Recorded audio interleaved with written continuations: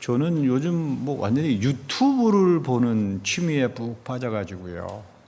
뭐 하나는 공부를 좀 해야 되니까 특별히 예일대학교 아주 유튜브 특강이 진짜 일품입니다. 그 한 학기 강의들을 예일대학에서 그 대학원생들 중심으로. 제가 예일대학 가서 듣는 강의나 똑같은 거죠. 근데 저를 놀라게 하는 건 공짜입니다. 그래서 제가 은혜를 많이 받습니다. 특히 뭐 잃어버린 히브리어도 공부해야 되고, 아니고 히브리어를 잘 가르치세요. 예일대학 교수님이. 또 뭐 그 여자 교수님이 아주 예쁘게 생긴 젊은 분인데 구약을 그렇게 기가 막히게 풀어요. 세상에 저렇게 예쁘신 분이 구약에 통달해가지고요. 그래서 제가 요즘 구약의 예언가 묵시에 아주 많이 배웁니다. 크리스틴 헤일스라고 하는 여자인데 언제 한번 만나면 식사라도 한번 대접해야 되겠다. 공짜로 듣는데. 근데 한국 강연을 들으면 조금 마음이 조금 우울해져요. 한국의 유튜브 강연을 들으면. 근데 최근에 어느 목사님이 막 절규하다시피 여러분 큰일 났습니다. 이분 훌륭한 분이에요. 목회도 잘하고 교회도 아주 존경받는 그런 목사님인데 뭐 이 미디어로 뭐 온갖 거짓말이게 난무를 하기 때문에 사람들이 뭐가 사실인지 뭐가 진짜인지 교회를 떠나서 뭐 이단 이거는 두 번째 문제고요. 정치에서 보면 당장 뭔가 거짓말로 그냥 뭐 막 가서 말쟁이들이 그 개구리 입을 가진 사람들이 뚜꺼비 입을 가진 사람들이 가서 막 말치를 하면 그런가 이렇게 되잖아요. 큰일 났다. 영적 전쟁의 시대다. 근데 이거 어떻게 영적 전쟁을 하지? 그것도 참 고민입니다. 우리 사도 바울 선생이 영적 전쟁하라 그러잖아요.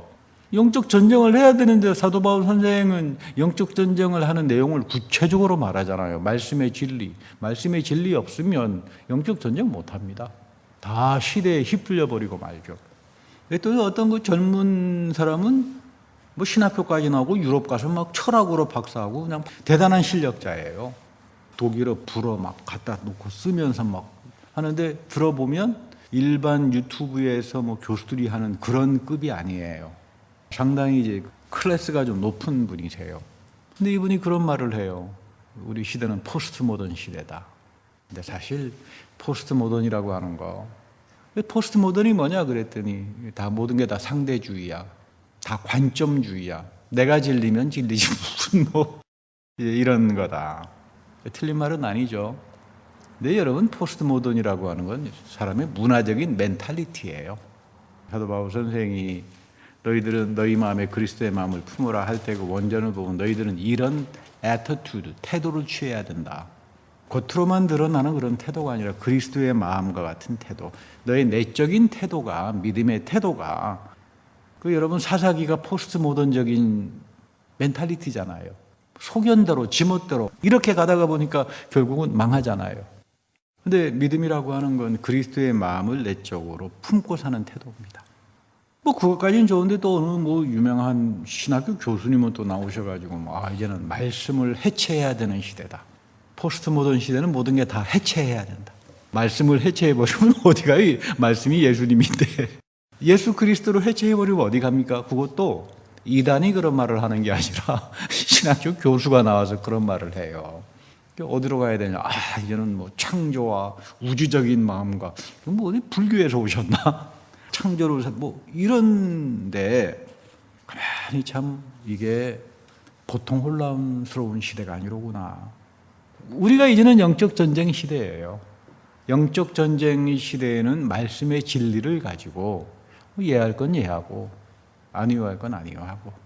그래서 가장 좋은 태도가 뭐라 그랬죠? 누가 와서 이야기하면 성경 어디에 있지요? 꼭 물어보시고 찾아보고 영어로 읽어보시고. 여러분들 영어 다 잘하시니까.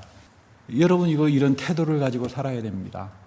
참 무서운 시대예요. 그러니까 왜 신학교에서 그런 뭐 교수라는 분이 나오셔가지고 해체를 해야 말씀을 해체해야 된다고 하는 상황이니까 뭐 이단 뭐 어떻게 말합니까? 숙주처럼 번져나갈 수밖에 없죠. 참 이거 마지막 때다. 진짜다. 영적으로 혼미한 시대가 들이닥치게 되면 진짜 사람들 영혼이 사냥질 당합니다. 근데 제가 아무리 봐도 그분이 이제는 말씀을 해체해서 로고스를 해체해가지고 뭐 근사한 말은 다 갖다 붙입니다만은 뭐 우주적인 마음으로 가야 되고 뭐 생태계로 가야 되고 난리를 치는데 창조란 말이 없어요. 여러분, 창조는, 하나님의 창조는 우주적인 마음, 태양 숭배 이런 거 전부 다 그걸 해체합니다. 거꾸로 해체합니다. 여러분, 애굽에서 숭배했던 건 태양신이잖아요. 근데 우리 창세기 1장에 보면 하나님께서 그 태양 아무것도 아니다, 그냥 달아놓은 거다, 발광체다. 하나님의 빛이 있으니까 발광하는 거죠. 하나님 말씀 자체가 빛이다 이 말이에요. 태양이 빛이 아니라 하나님 말씀이 빛이에요. 그 말씀으로 세상을 창조하잖아요. 그러니까 여러분, 말씀 단순한 거 아니에요. 말씀의 진리를 알아라. 바울의 그 이야기가 보통 이야기가 아니다 그 말이에요. 나는 말씀의 진리를 알고 있나? 근데 오늘 보면 성경은 계약을 통해서만 하나님의 창조를 할 수 있어요. 계약을 통해서만. 우리가 창조가 먼저 나왔지만 창조가 타락하잖아요. 죄로 인해서. 그러니까 하나님께서 인간의 죄를 심판하고 다시 창조를 회복하세요. 그거를 하기 위해서 만드시는 게 계약이에요. 그러니까 성경을 통해서 계약을 정확하게 알아야 돼요. 첫 번째 계약이 노아 계약이에요. 오늘 제가 하나님 말씀 좀 읽어드리겠습니다. 노아 창세기 9장에 보면 5절에 내가 반드시 너희의 피, 곧 너희의 생명의 피를 찾으리니 짐승이면 그 짐승에게서, 사람이나 사람의 형제면 그에게서 그의 생명을 취하리라. 그러니까 피처럼 먹지 마라 이거예요. 여러분, 노아의 계약은 전 인류에게 다 준 겁니다. 그래서 이걸 보편 계약이라고 합니다. 무슨 말이냐면 피채로, 노아 시대 때 생명체 피채로 먹었던 데가 어디냐면요, 이방제이예요. 이방제이. 그러니까 너희들 가서 피 흘리면서 희생제다 갖다 놓고 피 먹는 그런 예배 드리지 말라 그 말이에요. 피는 생명이다. 생명은 하나님으로부터 온다. 이거는 모든 사람들에게 다 준 거예요. 그러니까 우리가 이 노아의 계약을, 이 계약은 생명을 존중하고 사랑하는 건 기독교뿐만 아니라 뭐 다른 종교에서도 나타나지 않습니까? 생명 존중하고 살자. 그거 뭐 누가 나쁘다고 하겠습니까? 그런데 이 노아의 계약만으로는 안 돼. 근데 이 노아의 계약에서 한 가지 중요한 건 뭐냐면 너희들이 생명을 타락시키지 않고 살아가면 내가 이 세상을 심판하진 않겠다. 그 약속이에요. 하나님이 이 자연재해를 심판하지 않는다. 근데 그게 언제 그렇죠? 생명을 사랑할 때는 심판하지 않겠죠. 근데 뭐 생명 싫어하고 막 전쟁이나 하고 그러면 그때는 그건 끝나는 거겠죠. 근데 인류가 타락하고 지금 전쟁하고 지금 이 창조를 다 그냥 망그러뜨려 버리려고 지금 하는 상황이잖아요. 그래서 우리 요한계시록에서도 보면은 아마겟돈 전쟁으로 끝나잖아요. 마지막이. 그러니까 우리가 조심해야 됩니다. 계약을 통해서 하나님께서 이 생명을 소중하게. 두 번째는 역사적으로 이제 계약이 나타납니다. 역사적으로. 그게 모세죠. 시내 산에서 출애굽을 시켜서 토라를 줍니다. 율법을 주고 이거 지키고 살아가라. 그래서 제가 가장 중요한 그 말씀이 신명기 말씀이라고 그랬죠. 신명기 말씀을 중심으로 해가지고 이후에 예언서라지 모든 게 다 신명기 말씀을 중심으로 해서 나타나는 겁니다. 그 신명기 말씀 안에 너희들 이 말씀 안 지키면 바벨론에 끌려가서 직사기 고생한다. 그 예언이 다 담겨져 있어요. 이스라엘 백성들이 안 듣죠. 듣지 않습니다. 그래서 나중엔 뭐 호세아도 나오고 도대체 이 사람들이 이 여호와에 대한 지식이 없다. 여호와에 대한 지식은 어디서 나오는 거예요? 토라 말씀에서 나오는 거잖아요. 우리 참 잘 믿어. 말은 그렇게 잘하면서 하나님에 대한 지식은 없어요. 왜? 계약을 모르니까. 오늘 우리 예수 믿는 사람들 중에 당신 하나님과 어떤 계약을 맺었어? 계약이 필요 있습니까? 이러는 분들 많습니다. 무슨 계약이 필요합니까? 막 눈을 뜨고 막 항의하는 그런 분도 계시고요. 여러분들은 계약의 사람들이에요. 새 언약의 사람들이죠. 새 계약을 맺었죠. 예수의 십자가와 부활과 성령의 오심과 그리고 다시 재림. 이 네 가지. 십자가에서 우리가 가장 중요한 게 칭의의 믿음이라고 그랬죠. 칭의의 믿음. 하나님이 내 죄를 용서하신다. 느메시스와 같은, 요셉과 같은 그 풍부한 마음이 생겨난다고 그러죠. 여러분들 보면 참 그 복은 받으신 것 같아요. 정죄 안 하세요. 내가 볼 때. 난 그래서 여러분들 볼 때마다 제가 은혜를 많이 받습니다. 참 이분들은 요셉의 느메시스의 복을 가지고 사는 분들이다. 여러분 교회 다니면서 그 정죄 얼마나 많이 합니까? 그 믿음이 아직 뭔지 모르는 사람들이죠. 여호와에 대한 지식이 뭔지 모르고 사는 사람들이에요. 부활, 하나님이 나를 볼 때 기뻐하신다. 그러니까 사도 바울도 그러잖아요. 기뻐하라. 하나님이 너를 향한 것은 기쁨이야. 그 말은 뭐냐면 하나님이 나를 볼 때 기뻐. 이 단계까지 가는 거 쉽지 않습니다. 하나님이 나를 볼 때마다 기뻐하셔. 그러니까 기쁨이 생기죠, 자꾸. 여러분들이 믿음 생활하다가 설교를 듣다가 예배 속에서 막 그 말할 수 없는 기쁨이 이렇게 몰려오면 이게 성화의 단계에서 주는 하나님의 축복이로구나. 그거 꽉 붙들어야 돼요. 나에게 기쁨이 온다. 그리고 나의 기도의 강구들이 이루어지기 시작합니다. 그러니까 성화의 단계에서 믿음에는 나의 기도가 오늘 우리 교동문에서도 읽었지만 주의 이름을 부르면서 기도했던 아론과 모세와 사무엘과 그 축복이 나에게 이어지는 거예요. 그러니까 기도가 이루어지는 그 놀라운 강구의 축복이 성화에 옵니다. 세 번째가 변화죠. 영화죠. 바울은 그런 말을 합니다. 고린도전서에 보면은 그런 말씀이 나와요. 그리스도의 개선 행렬에 참가한다. 그러니까 이제 로마 시대 때는 전쟁을 하면 신들과 신들의 전쟁이에요. 그러니까 전쟁을 해서 이기면은 그 남의 나라의 우상을 뺏어가지고 옵니다. 그래서 아마 로마에 가시면 여러분들 혹시 그 티투스의 개선 행렬이라고 하는 개선문이 있어요. 거기 보면 디도 장군이 70년도에 있죠. 예루살렘 멸망시킨 다음에 아무리 찾아봐도 신상이 없잖아요. 뭐 예루살렘에 무슨 뭐 신을 우상을 갖다 놓는 사람들은 아니니까 성전 기물, 뭐 성만찬이랄지 뭐 이 기물들을 빼가지고 나오는 그 부조가 이렇게 그려져 있어요. 그래서 사도 바울은 로마에서 사역을 하면서 로마인들의 개선 행렬을 많이 봤죠. 그 당시 역사를 읽어보면 맨 꼭대기에 그 제우스, 주피터라고 그러죠. 라틴 말로는 제우스 신성이 있고 신전에 군인들이 전쟁에서 이겼으니까 황소들 있죠.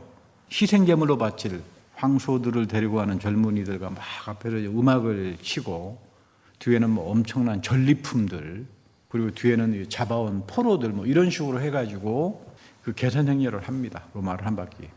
그 로마는 7개의 구름 언덕이 있잖아요. 그 언덕 맨 꼭대기에 제우스 신전 세워놓고 말이죠. 그러니까 사도 바울이 로마 시대 때 그걸 많이 봤죠. 그렇잖아요. 그런데 바울은 그리스도의 개선 행렬에 너희들을 불렀다.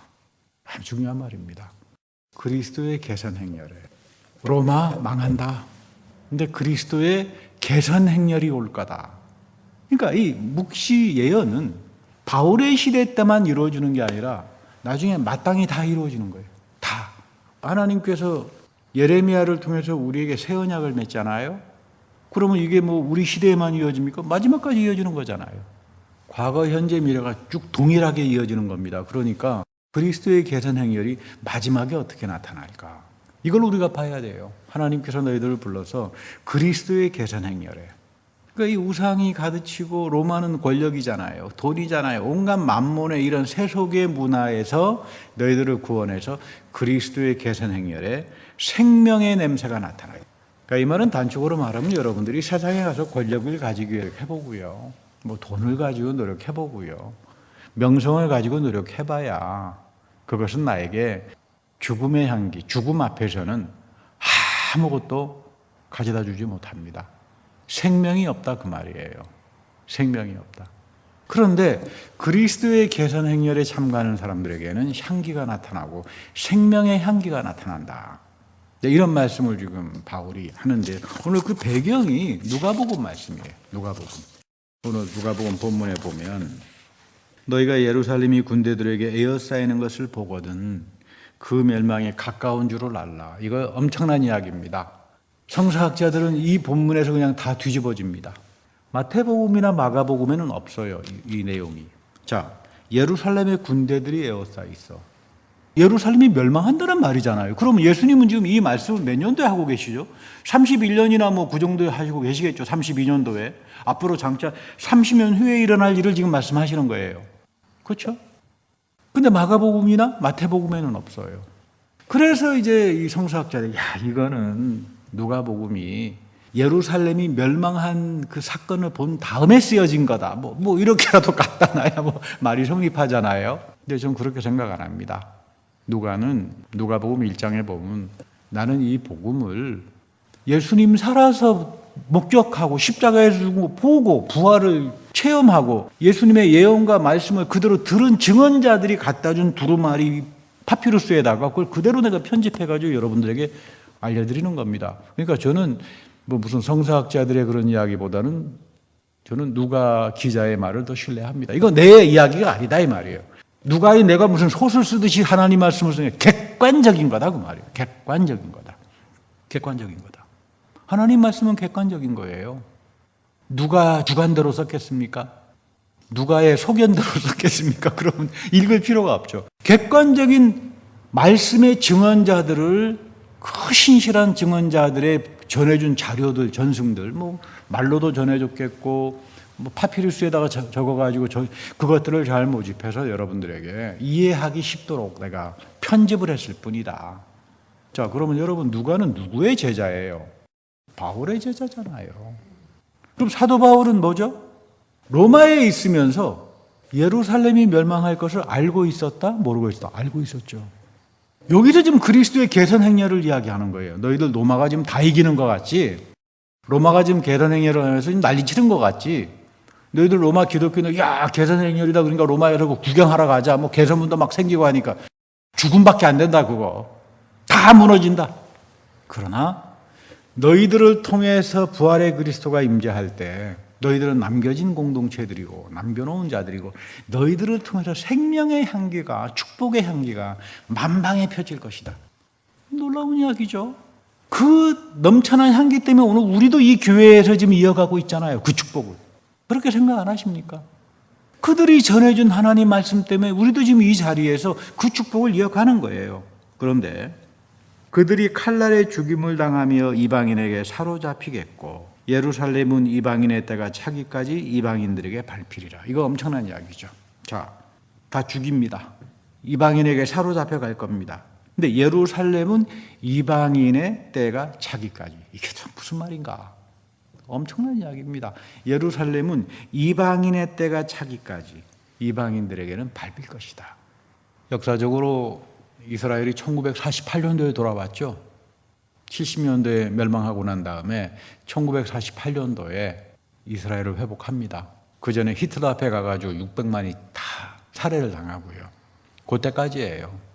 그러니까 많은 사람들이 기독교를 뭐 공격하고 하는 사람들이 성경에 보니까 뭐 예수님 뭐 곧 오신다 근데 오지도 않고 뭐 재림이 지연되고 다 거짓말 아닙니까?